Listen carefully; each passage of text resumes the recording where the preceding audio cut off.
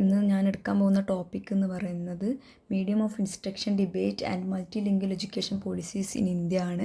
അപ്പോൾ ഈ പ്രസൻറ്റേഷൻ കാര്യമായിട്ട് ഫോക്കസ് ചെയ്യുന്നത് എന്താ വെച്ചാൽ മീഡിയം ഓഫ് ഇൻസ്ട്രക്ഷനെ ബേസ് ചെയ്തിട്ട് നമ്മുടെ ചുറ്റും നടക്കുന്ന ഡിബേറ്റും അതുപോലെ തന്നെ എങ്ങനെയാണ് മൾട്ടി ലിംഗ്വൽ പോളിസീസ് നമ്മുടെ ഇന്ത്യയിലെ ലാംഗ്വേജ് ഡൈവേഴ്സിറ്റിൻ്റെ നീഡ്സിനെ മീറ്റ് ചെയ്യുന്നത്, അതെങ്ങനെയാണ് ഇവോൾവ് ചെയ്യുന്നുള്ള കാര്യങ്ങളൊക്കെയാണ്.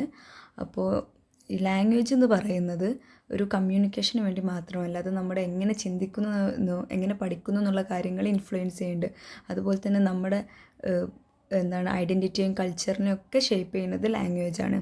അപ്പോൾ ഇന്ത്യ എന്ന് പറയുന്ന ഇത്രയും ലാംഗ്വേജസ് ഉള്ള ഒരു രാജ്യത്ത്, അതായത് 22 ഷെഡ്യൂൾഡ് ലാംഗ്വേജും ഒരുപാട് ഡയലക്ട്സും ഉള്ള ഒരു രാജ്യത്ത് ഏത് ലാംഗ്വേജാണ് ഒരു കോമൺ മീഡിയമായിട്ട് ഇൻസ്ട്രക്ഷൻസിനും മറ്റു കാര്യങ്ങൾക്കും ഒരു കോമൺ മീഡിയമായിട്ട് തിരഞ്ഞെടുക്കുക എന്നുള്ളത് ഒരു ഭയങ്കര ഡിഫിക്കൽട്ട് ആയിട്ടുള്ള കാര്യമാണ്. അപ്പോൾ കാര്യമായിട്ട് നടക്കുന്ന ഡിബേറ്റ് എന്ന് പറഞ്ഞാൽ ഇങ്ങനത്തെ കോമൺ ലാംഗ്വേജ് ആയിട്ട് നമ്മുടെ ഒരു മദർ ടങ് ചൂസ് ചെയ്യണോ, അതുപോലെ ഇംഗ്ലീഷ് ചൂസ് ചെയ്യണോ, അതുപോലെ തന്നെ അതൊരു രണ്ടും കൂടി ബാലൻസ് ചെയ്തിട്ട് ഒരു മൾട്ടി ലിംഗ്വൽ മോഡലിൽ ആക്കണോ എന്നുള്ളതാണ്. അപ്പോൾ അതിൻ്റെ ഒരു ഹിസ്റ്റോറിക്കൽ കോണ്ടെക്സ്റ്റിലേക്ക് പോവുകയാണെങ്കിൽ ഇന്ത്യയിൽ ആദ്യമായിട്ട് ഇംഗ്ലീഷ് എഡ്യൂക്കേഷന് കൊണ്ടുവന്നത് ഈസ്റ്റ് ഇന്ത്യ കമ്പനിയാണ്. അത് കൊണ്ടുവരാനുള്ള കാരണം എന്താ വെച്ചാൽ അവരുടെ ഇംഗ്ലീഷുകാരെ അവരുടെ അഡ്മിനിസ്ട്രേറ്റീവ് വർക്കിലും മറ്റും ഹെൽപ്പ് ചെയ്യാൻ വേണ്ടിയിട്ട് ഇന്ത്യക്കാരെ റെഡിയാക്കുക എന്നുള്ളതായിരുന്നു. പിന്നീട് 1853 English became the official medium in higher സ്കൂളിൽ. ഉയർന്ന വിദ്യാഭ്യാസത്തിൽ ഇംഗ്ലീഷായി ഒഫീഷ്യൽ മീഡിയം. പക്ഷേ നമ്മുടെ ലോക്കൽ ലാംഗ്വേജ്, അതായത് നമ്മുടെ വെർണാക്കുലർ ലാംഗ്വേജിനെ, പ്രാദേശിക ഭാഷയെ വെറും പ്രൈമറി ലെവലിലോട്ട് മാത്രം അവർ ഒതുക്കി. പിന്നെ ഒരുപാട് പേര് നമ്മുടെ ഇംഗ്ലീഷ് എഡ്യൂക്കേഷനിൽ ഇൻഫ്ലുവൻസ്ഡ് ആയിട്ടുണ്ട്.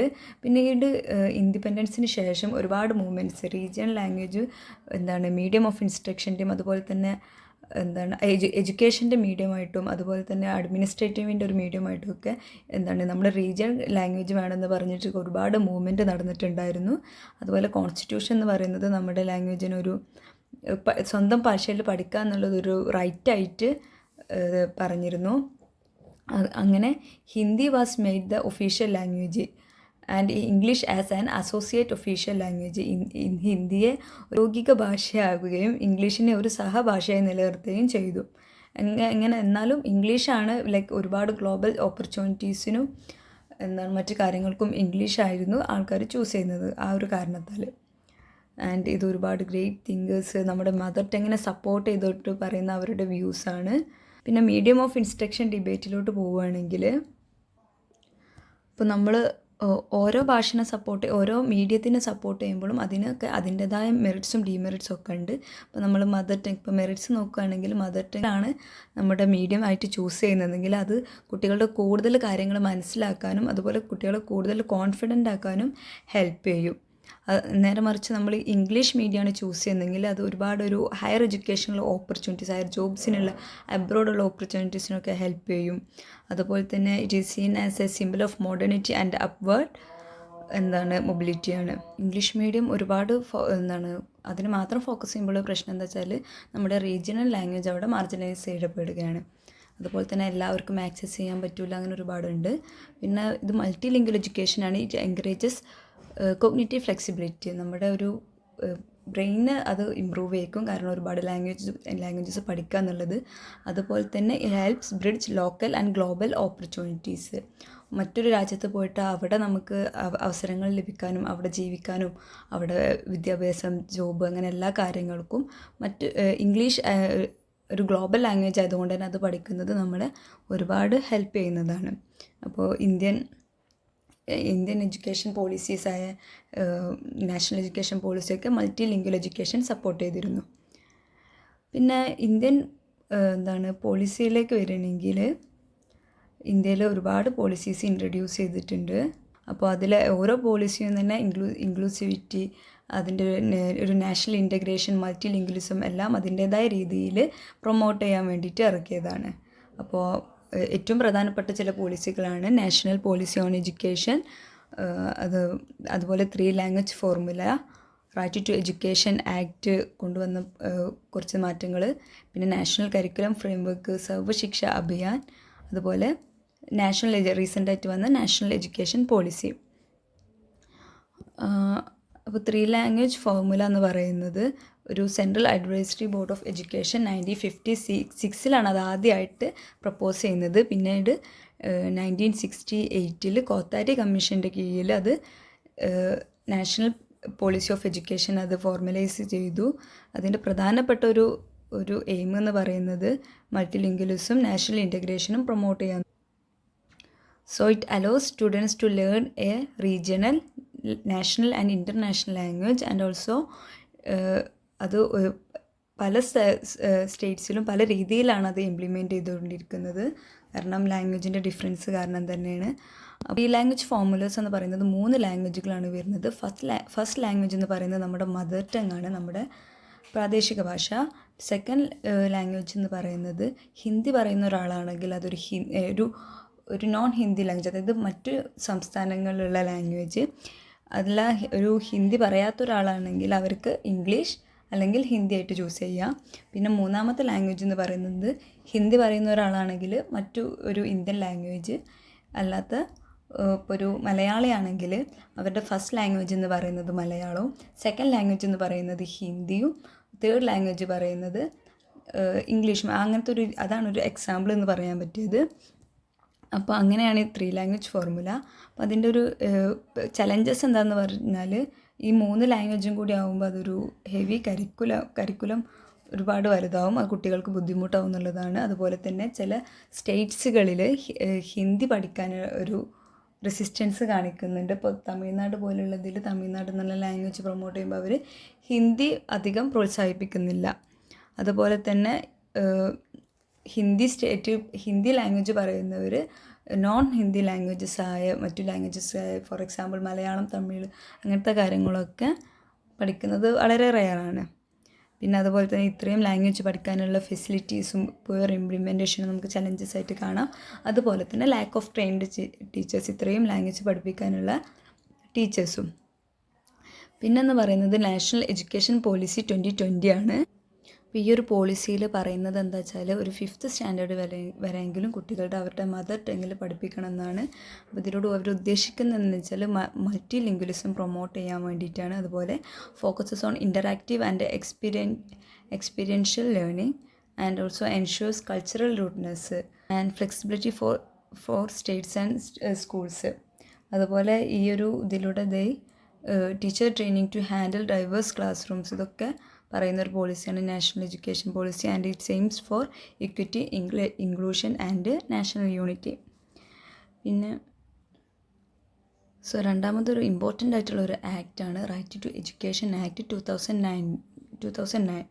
അപ്പോൾ അത് പാസ്സാക്കിയത് 2009 വന്നത് 2010 ഇതിൽ പറയുന്നത് എന്താ വെച്ചാൽ 6 മുതൽ 14 വയസ്സ് വരെയുള്ള കുട്ടികൾക്ക് സൗജന്യമായിട്ടും നിർബന്ധമായിട്ടും വിദ്യാഭ്യാസം ഉറപ്പാക്കണമാണ്. അപ്പോൾ അതിൽ ആർട്ടിക്കിൾ 21 ഇതൊരു ഫണ്ടമെൻ്റൽ റൈറ്റ് ആയിട്ട് പറയുന്നുണ്ട്.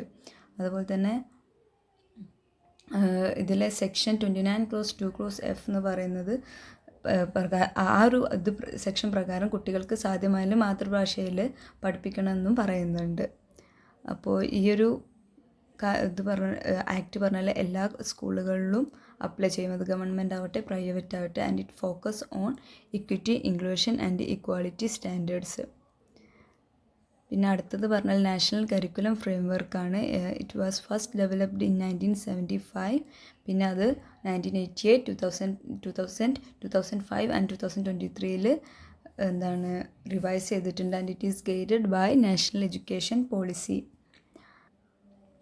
പിന്നെ നാഷണൽ കരിക്കുലം ഫ്രെയിംവർക്ക് എന്ന് പറഞ്ഞാൽ guides the curriculum design in India. And also it recommend starting education in the child first language, then gradually introducing other language. ആദ്യം കുട്ടികൾക്ക് അവരുടെ മാതൃഭാഷ പഠിപ്പിക്കുക, പിന്നെ ഗ്രാജുവലി ഒരു സെക്കൻഡ് ലാംഗ്വേജ് പഠിപ്പിക്കുക. So the national curriculum 2023 national curriculum framework 2020 NEPയും കൂടിയിട്ട് നമ്മുടെ മൾട്ടി ലിംഗ്വലിസം ക്ലാസ് റൂമിനെ സ്ട്രെങ്തൻ ചെയ്യാനുള്ള തീരുമാനങ്ങൾ ഇറക്കിയിട്ടുണ്ട്. പിന്നെ പിന്നെ ഇതിൻ്റെ ഒരു പ്രധാന എയിം എന്ന് പറയുന്നത് ഇൻക്ലൂസീവ്നെസ്സും അതുപോലെ ഫ്ലെക്സിബിലിറ്റി, കൾച്ചർ റെലവൻറ്റ് എഡ്യൂക്കേഷനും ഒക്കെയാണ്. പിന്നെ അടുത്തതെന്ന് പറയുന്നത് സർവ്വശിക്ഷ അഭിയാനാണ്. അത് 2001 ഗവൺമെൻറ് ഓഫ് ഇന്ത്യ ഇറക്കിയത്. അതിൽ പ്രധാന ലക്ഷ്യം എന്ന് പറയുന്നത് യൂണിവേഴ്സൽ എലിമെൻ്ററി എഡ്യൂക്കേഷൻ, 6 to 14 വയസ്സ് വരെയുള്ള കുട്ടികൾക്കുള്ള വിദ്യാഭ്യാസവും അതുപോലെ തന്നെ ഇത് മാതൃഭാഷയിലുള്ള പഠനം പ്രൈമറി ലെവലിൽ മാതൃഭാഷയിലുള്ള പഠനം പ്രോത്സാഹിപ്പിക്കുകയാണ്. And it is linked with right to education act 2009 promoting free and compulsory education. 2018 അത് സമഗ്ര ശിക്ഷയുമായിട്ട് ലയിച്ചു.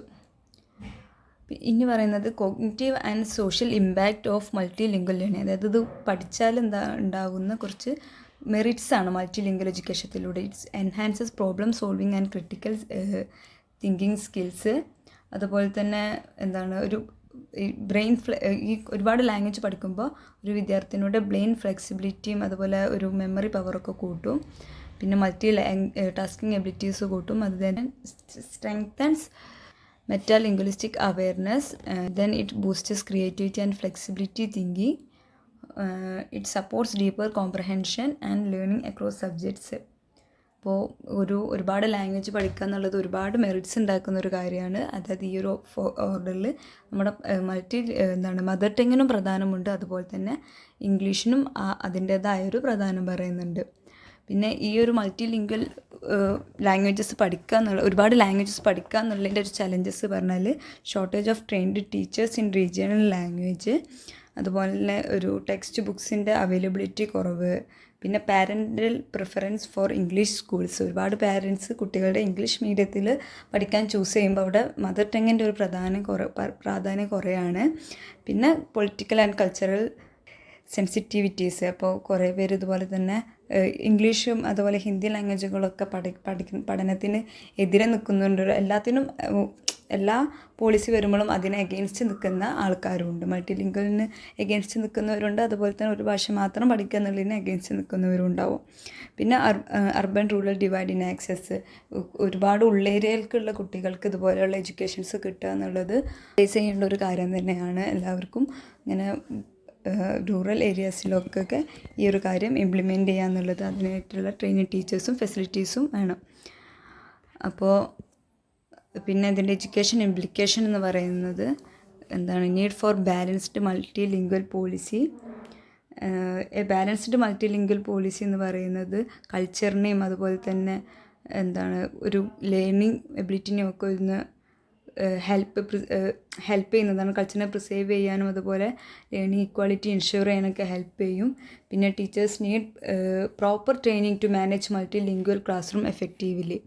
ഇങ്ങനത്തെ ഒരു മൾട്ടി ലിംഗ്വൽ പോളിസീസ് കൊണ്ടുവരുമ്പോൾ അതിൻ്റേതായ ട്രെയിനിങ് എഫേർട്ട് ടീച്ചേഴ്സിൻ്റെ ഭാഗത്തുനിന്ന് ഉണ്ടാവേണ്ടതാണ്. So that's all about this topic. Thank U.